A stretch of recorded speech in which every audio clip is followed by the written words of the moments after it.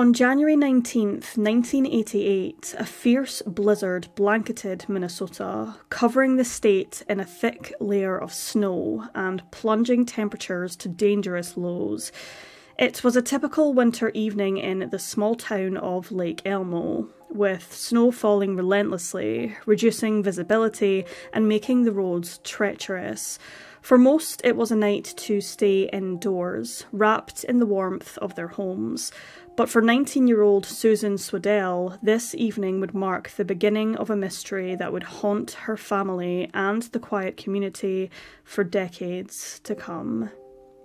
Susan Swedell, known as Sue, had been living with her mother and her sister in Lake Elmo at the time of her disappearance. Described as responsible, kind-hearted, sociable and focused on her future, but also too trusting and naive at times, Susan was attending community college whilst working at 2 part-time jobs, one of which was at a small clothing boutique, the other at a local Kmart in Oak Park Heights. She had previously attended the University of Wisconsin-River Falls for 2 semesters following graduation from Stillwater High School, before returning home after realising she wasn't ready to live on her own yet. Susan was also a member of the Christ Lutheran Church, where she played the handbells and sang in the choir. On January 19th, 1988, Susan was eager to get home from work, as a significant snowstorm was already in full force, making the roads extremely dangerous to drive. She phoned home at around 4 p.m. and had planned to spend the night watching television with her family. According to her loved ones, Susan hated stormy nights and was anxious to get home safely. Due to the deteriorating weather conditions, Susan's car, a maroon 1975 Oldsmobile, began overheating, forcing her to stop at a gas station on Stillwater Boulevard on the corner of Manning Avenue and Highway 5, just 1 mile away from her home in Lake Elmo. According to the gas station attendant, Susan entered the station at approximately 9 p.m, asking for advice on what to do about her overheating car. She was calm and composed, but declined to buy antifreeze, and instead she left the station, where she was seen speaking to an unidentified man standing near her car. Witnesses described this male individual as tall and well-built, unshaven, with long, curly, sandy brown hair and wearing a leather jacket. It appeared that the pair knew each other, as Susan willingly spoke to him for around 15 minutes or so before she left the gas station with him, leaving her car behind. This moment was the last confirmed sighting of Susan Swedell.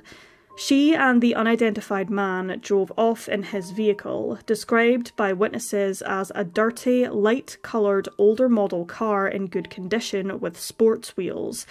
According to witness testimony, the car resembled a 1979 Ford LTD or a late 70s Thunderbird. The two then disappeared into the raging snowstorm, which had left over 7.5 inches of snow on the ground. When Susan failed to return home later that night, her mother, Kathy Swedell, reported her missing to police at around 11 p.m. Initial efforts to locate her were hampered by the blizzard and the lack of immediate clues. Investigators found Susan's locked car abandoned at the gas station, but it offered little information. It was unclear if she had planned to return for her car later or if something more sinister had happened. In the back seat of her car was her driver's license, purse, and eyeglasses. The vehicle itself was later towed to a garage, where it was found the drain plug on the radiator had been loosened, so all of the coolant fluid had leaked out, which was why the vehicle had overheated. Some believe that the cap was loosened intentionally by someone, as a way to force Susan to pull over somewhere for assistance. A kind stranger may have then offered her a ride. Because police believed the car had been tampered with, though there was no solid proof that this was indeed the case, foul play was then suspected, despite authorities initially treating this case as a runaway. Susan, however, had no apparent reason to run away, according to her family, and she was extremely close to her sister. Susan had been dressed in a skirt, possibly short or knee-length, and a blouse, entirely inappropriate for the sub-zero temperatures and the impending snowstorm. That day she had been wearing a red pantsuit for work.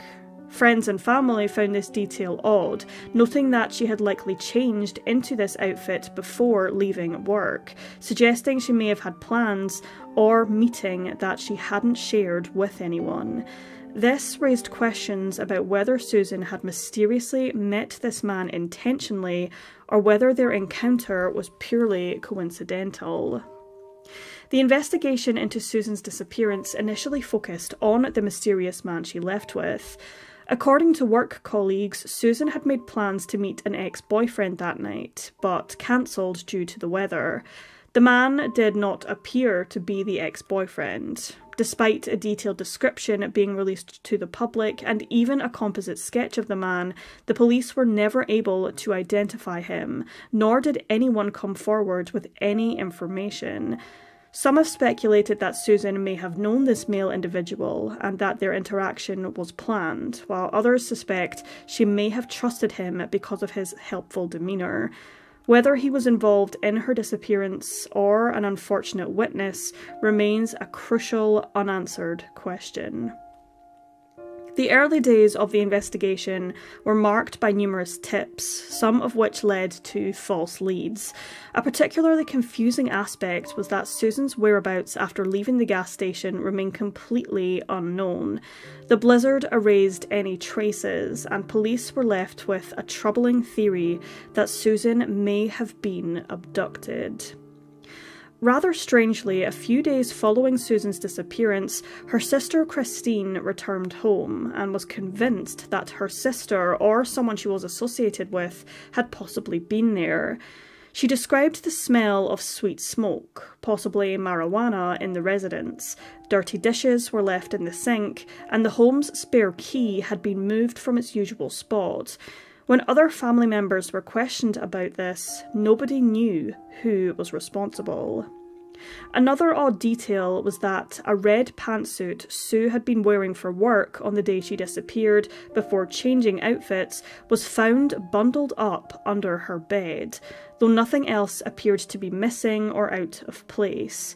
According to Morbidology, police never investigated the Swedell's concerns that someone had been in their residence, with authorities not taking any fingerprints or DNA from the items which had been moved.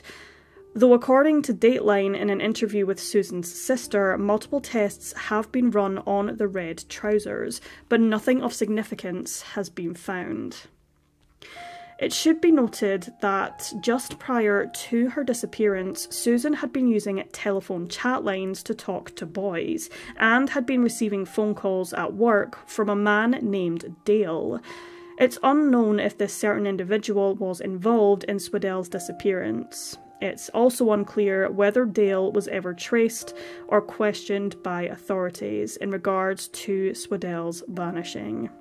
In 2002, police traced a man in Phoenix, Arizona, whose phone number was left on Susan's dressing table. He denied ever knowing Swedell, but during a polygraph test, he showed signs of deception. He was later released without charge, however. In 2006, police found evidence that Susan's social security number had been used. However, it turned out to be a case of identity theft, a huge blow for Swedell's family. As time passed, Susan's case grew cold, with no new leads or developments. Investigators, however, never gave up. Over the years, advancements in DNA technology have provided new avenues for analysis. Although the case hasn't seen a major breakthrough, police remain hopeful that modern forensic technologies may eventually yield answers. In recent years, the Washington County Sheriff's Office have revisited Susan's case on multiple occasions, re-interviewing witnesses, re-examining the evidence, and following up on tips. Detectives are committed to solving the case, and they regularly highlight Susan's disappearance in the hopes of keeping the case alive in the public's mind. Sadly, there is no evidence to indicate what fate befell 19-year-old Susan Swedell on the night she vanished, though a cold case unit was formed in 2018 to re-examine the case. In 2023, on the 35th anniversary of Susan's disappearance, Christine Swedell wrote a heartfelt letter to her sister, published by the National Centre for Missing and Exploited Children. In the letter, she speaks directly to her sister, expressing her enduring hope that she will one day be found. To my dearest Sue, to say I love and miss you would be an enormous understatement. When I think of our childhood and how much we endured together, and then we finally were able to live with Mum and everything was going so well, in a skipped heartbeat you went missing. Oh, how we would do anything to jump back into time and you would have been home and safe with us. You are so loved and we will never stop searching for you. The mystery surrounding Susan's disappearance has had a lasting impact on her family, the Lake Elmo community, and the law enforcement officers who have worked tirelessly to solve this case. Despite the challenges posed by the harsh winter conditions on the night she vanished, Susan's family have remained steadfast in their own pursuit of answers. Though the trail has long grown cold, Susan's case remains open, with authorities continuing to investigate every possible lead. For Susan's family and the investigators dedicated to her case, hope remains that one day new information will come to light, revealing the truth behind her vanishing into the snowstorm over 35 years ago. At the time of her disappearance in January of 1988, Susan Swedell was 19 years old. She is described as being Caucasian, with sandy brown hair and hazel eyes, standing at 5 feet 4 inches tall and weighing approximately 100 pounds. Her ears are pierced. She had extensive dental work done in the past and is near-sighted. She wore glasses at the time she disappeared and cannot see well without them. When she was last seen, Susan was wearing a skirt, a sweater, a black down jacket, and a pair of earrings. Due to the circumstances involved, authorities believe that foul play most likely occurred in this case.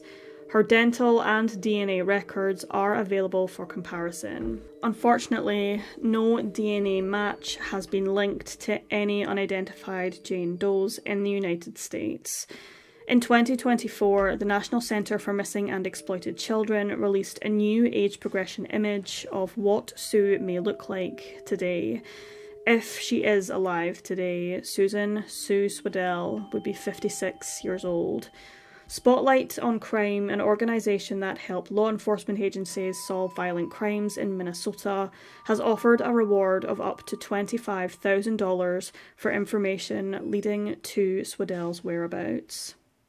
Those with any information regarding the disappearance of Susan Swedell are urged to contact the Washington County Sheriff's Office Investigations tip line at 651-430-7850.